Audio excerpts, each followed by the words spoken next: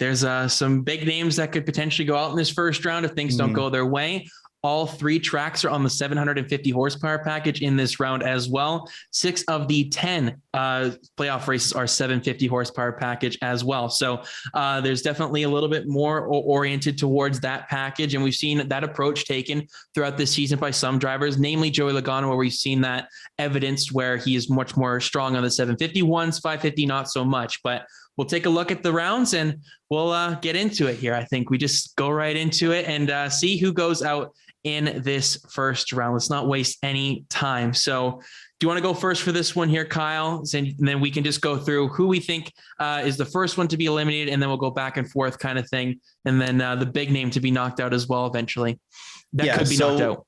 Yeah, so we'll go one by one, kind of like our most certain to maybe the longest shot or the one that we're least certain with. And so beginning things off, round of 16, unfortunately, it's Michael Mcdowell to start things off. A great win to start the season, Daytona 500, a historic victory for Front Row Motorsports and Michael McDowell, and something that's absolutely a career highlight for somebody that started in open wheels, went to Michael Waltrip Racing, went from ARCA to Cup Series in 1 year because of the things that they had going on there. Did start in park for forever, and then eventually becomes a Daytona 500 champion, gets a playoff spot because of it. But simply put, they just don't have a good enough package to compete in these playoffs unless they get a lot of help. And with these first 3 tracks, don't really see that coming. If it was maybe the second round to start things off, I could absolutely see a scenario where McDowell has a good finish at Vegas, has a good run at Talladega, and then has a good run at the Roval. Yeah. But that's not the round that we're talking about right now. And so McDowell in these playoffs, rather than trying to hit a home run or something in this first round, what they need to do is they need to continuously get points over these playoffs, because each round somebody advances, but the only top 4 positions the only positions that are locked into a round are the top 4. The entire playoffs, you're looking at battling for 5th through 16th in terms of points gained over those playoffs. And each position will matter a ton for Front Row Motorsports. Their plan has to be getting as many points as they can over these playoff stretch, over these 10 races, not just these first 3. And so looking at the package, just not being able to compete in that regard, maybe having a different mindset in terms of how they battle for the playoffs as well. They're an easy first pick for myself on the way out in the first round. Yeah, same here. I think like you said, they have to take a different approach here. They have to look at it like the previous chase, where it's 10 races and you try and get the best finish you can in those 10 races. You can't go about it round by round, because realistically, this first round you should make it out of. So just look longer term here. That second round is somewhere you could actually make up some ground on some of these guys, specifically the Charlotte Roval, because he's a good road racer, even though it's not really a road course per se. And then you've got Talladega. He's a pretty good super speedway racer as well, clearly evidenced by winning the Daytona 500 this season. So it's self-explanatory for me on this one. He just if it was earlier in the season, he showed he was a little bit more competitive with that midfield battle. He could maybe do something, but as the season's gone on, those top powerhouses in the sport have become better and better. And I think it's going to be really tough for him to compete and try and advance to the round of 12. So he's going to have some major issues for some other guys if he does want to make it, but it's realistically that Michael McDowell does go out in this round of 16. Next on my list is a guy that I'm a little bit hesitant on. I got to be honest. When I look at the tracks and look at his performance so far this season, it's Aric Almirola. But I think that there is a pathway for him to make it out of this round. This is one of his best 3 tracks that he could actually ask for in this opening round if he's going to make it. He's not at that big of a deficit to the cut line. In fact, he's just -3 to the cut line, basically. So he's got a decent chance to maybe make his way through. Some of these big guys have an issue in one of these races. He was very good earlier on this season at Richmond and Darlington, and he has shown up previously at Bristol, specifically in the playoff race last season, because that's one we have to really go back to for Bristol due to the dirt race earlier this season, which is so crazy to think about. But he was one of the only cars that finished on the lead lap last season. I think he finished 6th place in that Bristol night race in the playoffs last year. So that's an incredible feat. Saying that though, SHR has taken that step back this season. They're not quite where they were last year. So that number may be a bit skewed when you look at 2021 performance, but it's still a decent number to go off of in terms of reference point for what he maybe could do this time around if things go his way. Obviously, with the shock victory at New Hampshire earlier this season, we didn't really see him coming. He's been very inconsistent, to say the least. Has had some bad luck as well. But when you look at some of the names around him, I don't quite think he's going to be able to outpoint them or out-strategize them in some of in the case of this the 10 car. So I would say don't be surprised if he makes it through, because I definitely do see a pathway similar to what the Austin Dillon was kind of last season for me in this first round. But I'm going to go on the safer side here and say Aric Almirola does end up falling out in this round of 16. We have our first difference, because I do have Aric Almirola going through. And I think I'll talk about it a little bit more as we get to some of the guys that we have moving on.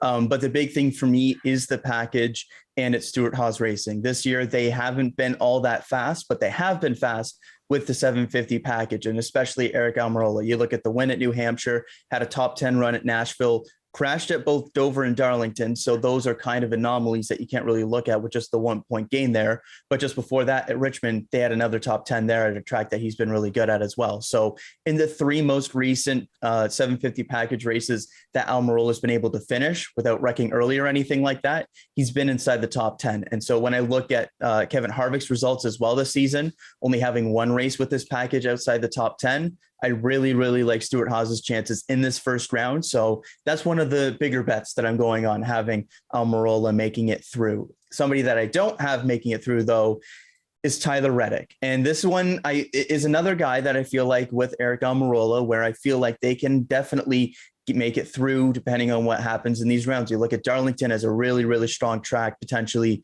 for Tyler Reddick, just given his driving style. Had some really good stage points earlier this season at Darlington, didn't end up having that top 10 finish. You look at Richmond, hasn't been a good track for him as much. So that one's definitely a bit of a gray area. And then Bristol, bit of a question mark this season, just because we had the dirt race, so we don't have something to pull from this season. But for Tyler Reddick and myself, I know you can look back to last year and see what RCR did in that first round with Austin Dillon and maybe get excited about that. But for myself, it's just a bit too much of an uphill climb versus some of the other people that they'll be battling with in this first round. I look at Stewart-Haas and like their speed a little bit more, and Reddick has just shown to be a little bit shaky in those pressure situations so far in his young career. So for myself, Tyler Reddick, I do have on the outs in the round of 16. Okay. I don't have him out in the round of Really? 16. Okay. Yeah, I've gone with a bit of a switch up. I didn't switch or anything. I was thinking about it here. You made a good argument, but for me, I think Tyler Reddick does advance to the round of 12. He is the kind of RCR car this season, and I think they're going to invest a lot more into that this time around. And I like Darlington for him. I think he's going to be a sneaky good Darlington is his big opportunity. Fantasy play there. I think that's a really good little usage play. We'll talk about our fantasy preview in tomorrow's episode, but we've got Tyler Reddick, I think, is going to be a sneaky one. Richmond is the one that scares me a little bit, but Bristol, I think he's going to be pretty solid at, and Darlington. I think that Richmond race is a really big unknown for me right now with him. Earlier this season wasn't too fantastic there, but I just think that Reddick may have that more cutting edge factor here in this first round. Could be the surprise guy. It was a toss up between him and Almirola for that kind of label for this first round for me, but I'm going to lean with the sophomore guy here in the Cup Series and say Tyler Reddick does advance to the round of 12. But I believe you go next year once again, Kyle, for your. No, you do. I go. Okay. Because I just had a guy on the out, so you go. Okay. Next. Okay. I'll go here. This one really pains me to do, and I'm not 100% sure how I feel about it. It's Kurt Busch. I have him out in the first round. His strengths have been the 550 package, not the 750 this season. And obviously evidenced by the victory at Atlanta. That's where his speed is. If he makes it to Vegas in that next round, obviously he's the defending race winner of that race from last season's playoff in that really shock victory. But I just don't quite see the magic this time around for Kurt Busch. I think he's one of the most underrated drivers in terms of just getting the car to the finish, or maybe just estimated in terms of how he gets the car to the finish. Very consistent. I love the crew chief atop of the pit box for him. Matt McCall is unbelievably good with strategy at times. Sometimes they get bit by it. Sometimes they're on the really good end of things. But I just think that when I look at the competition around him, I think there's some guys below him in the cut line that are going to do better in this first round than Kurt Busch that could just jump over him just a little bit too much, he could be that first guy looking out, in my opinion. The tracks are okay for Kurt Busch. Bristol, obviously, it's fantastic track for him in terms of the race victories. Sometimes he can't quite get the consistency there. Richmond isn't really his greatest racetrack, and Darlington has been hit or miss over the years. Sometimes he's in the top 10, sometimes he's in that 10 to 15 range, and he misses out on some stage points. So it pains me to do it because I really want Kurt Busch to do well in his final season for Chip Ganassi Racing, their final last ditch effort to make that the championship four, at least in their final season in the Cup Series. I think their bid falls short early in the playoffs, and he's out in the round of 16. I agree on this one. Just the one top 10 this season with the 750 package that coming at Nashville. So it was relatively recent, but they weren't all that great at New Hampshire. You look at some of the playoff tracks that we have been to, they weren't great at Richmond either. Weren't great at Phoenix early in the season, which is another track that you kind of look to have that good 750 package. And when I look at the numbers, they're the second worst team with this package in the playoffs to Michael Mcdowell, who was last in that one. So unless they have a drastic turnaround, because Ross Chastain's numbers, although he did have good runs at New Hampshire and Nashville, haven't been significantly better by any means, unless they have a big turnaround. And we can see Kurt Busch go ahead and do that at a track like Bristol or something along those lines. I just think it's a little bit going to be hard pressed for them to go through and get that result in this first round. So I do agree with Kurt Busch on that one. So far we're 2 for 3, just the one difference between Almirola and Reddick as we get to our last pick on the outs in the round of 16. I go first for this one, but I want to ask you, did you go bold or did you go a little bit conservative with somebody down the grid? I don't know how you would classify it. I think it's perfectly marked where I have this guy in terms of where I think he's out. Could be a bit of a bolder one if you really want to categorize it that way, but I think I've gone even safer, really, in my opinion. But I don't know. I think we might have the same guy, if I'm being honest. I'm going with a big team and a big name, and one that scares me a little bit, but I'm going bold with it, and I'm going with Brad Keselowski for this one. The results at 750 tracks have been inconsistent. The thing that scares me is that the Phoenix car was very good and the New Hampshire car was very good. And those are two cars that you would look to for this first round to be very good. But when I look at the situation that they're in, leaving the team at the end of the season, stuff like that, when I look at the results this season outside of those, no top 10 finishes. And there was on 750 tracks outside of New Hampshire and Phoenix. The thing that does scare me a little bit is the weird strategy call that they did do at Richmond, which probably would have been a top 10 car, but with the strategy that they ended up doing, they were on the outside of that looking in. But I just haven't seen it enough and inconsistently enough from Brad Keselowski so far this season. And when I look at some of the names around him, when I look at the Christopher Bells, even when I look at the Eric Almirolas that are kind of close to him in that points battle and the names ahead of him, I especially don't really see, unless they have a crash or something along those lines, faltering. And so looking at Bell, like I mentioned, he's had very strong 750 results. Eric Almirola, when he hasn't crashed, has had very good 750 results. Kevin Harvick has been very consistent with his package. And so when I look at all those factors and then factor in the Penske stuff, leaving the team, the inconsistencies, I feel like Keselowski is the easy bet to be that bigger name that misses out in that first round. I agree. Yeah. This was a tough one for me because when I looked at him, like, I was thinking about it just while we were just discussing, like, do I toss him into that next round? Because these tracks aren't bad for him. These are pretty decent tracks for Brad Keselowski. He's a former race winner at all three tracks. And Richmond is a track that he's done very, very well at in his recent career.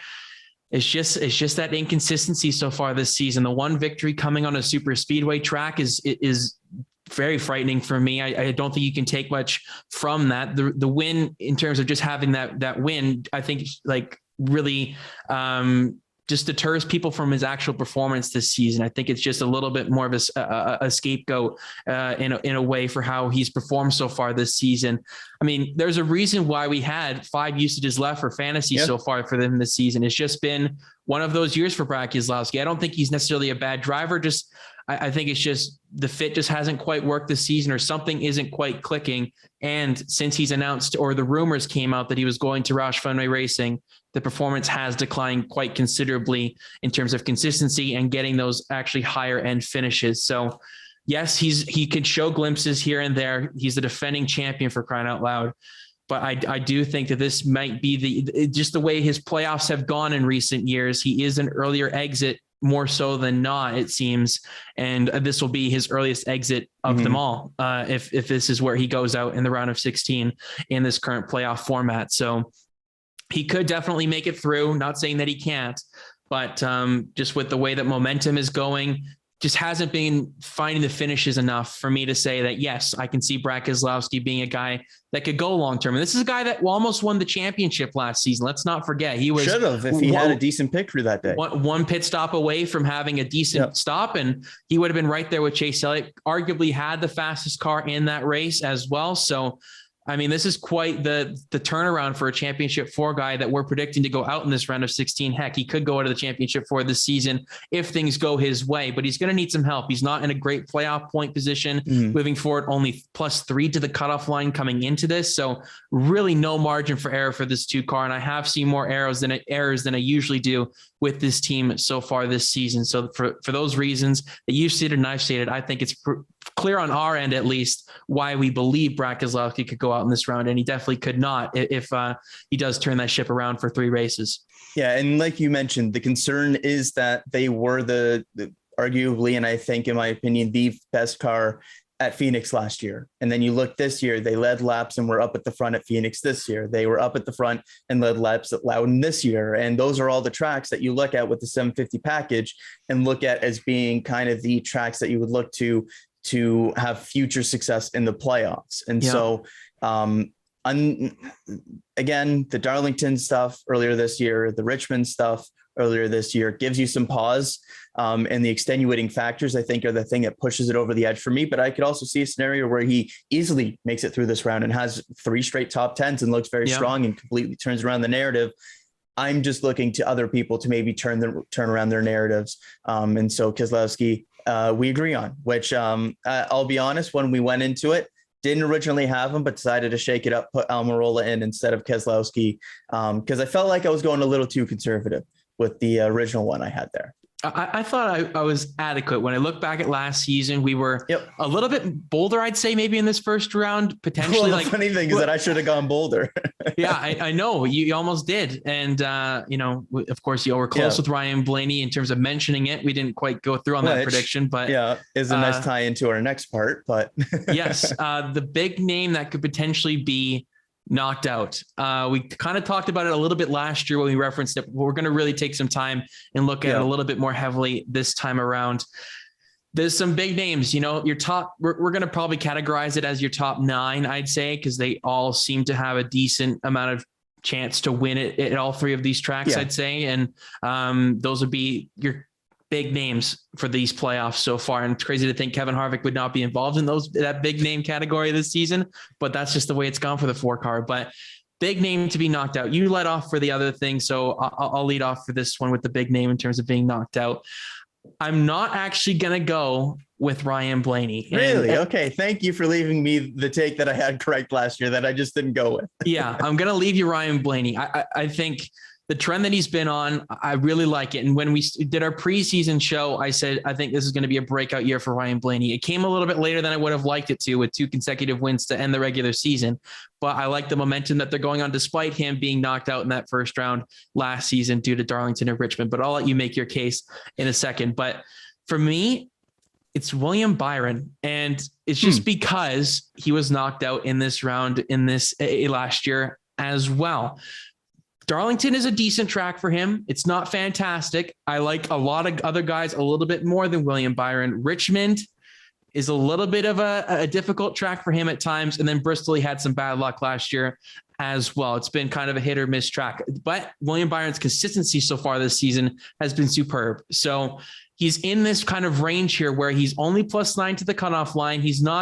Nobody's really safe unless you're Kyle Larson really in this first round. Anybody could be knocked out if they have a bad string of races here from Ryan Blaney on down. This is only a +19 point gap to the cutoff line coming into this. This is really unprecedented coming into these playoffs, how close that margin really is. There's usually a guy that's in the 30s or even 40s as that second guy, as well as the first guy.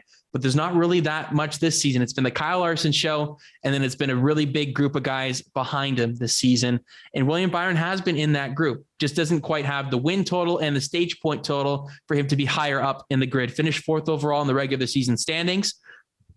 I just don't quite know if the 24 car, if he's going to fall out of a round, this is the one that would scare me a little bit. 750 tracks have been pretty decent for him so far this season, but they haven't been his strength. I think the 551s have been his better tracks, in my opinion, at least. And if I were going to look at a bigger name guy that could go long in these playoffs, I'd say William Byron is a better bet due to the points deficit. If it was in the Ryan Blaney situation where Blaney was where Byron is, then yes, I'd probably say Blaney. But given that 10-point differential there to start off the playoffs, I'm going to lean William Byron with this one. What I'll say is that if Ryan Blaney was in William Byron's point situation, I would have Ryan Blaney out in the first round. That's what I'll say on that. So for William Byron, though, I don't know. I think they've been too good this year. They've got the 3rd fastest median lap time with the 750 package.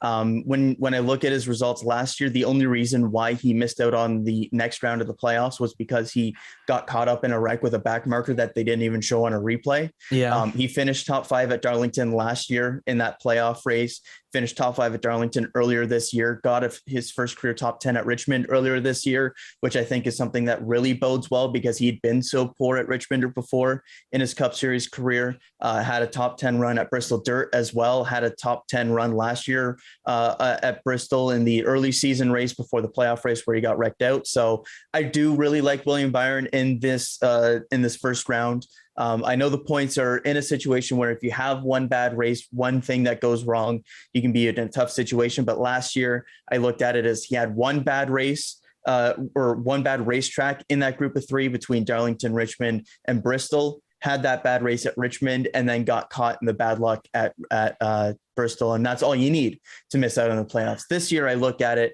and I look at 2 strong tracks for him and 1 okay track. And so I feel like he'll be on the right side of that one. For myself, though, as I've kind of made clear, the guy that I'm really watching to see how they perform in this first round is Ryan Blaney. And simply put, the way that they have this first round is the worst possible way for Ryan Blaney, because you've got 2 of his statistically worst tracks, followed by the track that he has arguably his worst luck at in Bristol. So beginning with Darlington and Richmond, they've been okay in terms of 750 speed this year, ranking 10th in median lap time with this package. So not bad, but not great in the top 5 either.